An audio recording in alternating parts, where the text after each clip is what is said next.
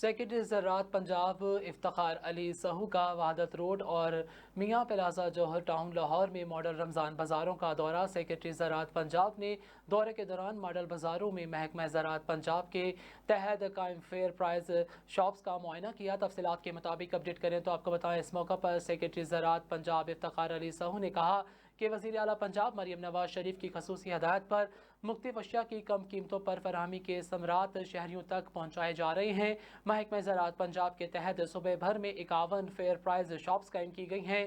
محکمہ زراعت پنجاب کا عملہ فیئر پرائز شاپس پر متحرک عملی قرارداد ادا کر رہا ہے۔ فیئر پرائز شاپس پر 13 مختلف قسم کی اشیاء فروخت کی جا رہی ہیں۔ سبزیاں، پھل، دال، چنا اور بیسن ہول سیل مارکیٹ سے 25% کم ریٹ پر فروخت کیا جا رہا ہے۔ اشیاء خوردنوش کی کوالٹی پر بھی کسی قسم کا سمجھوتہ نہیں کیا جا رہا۔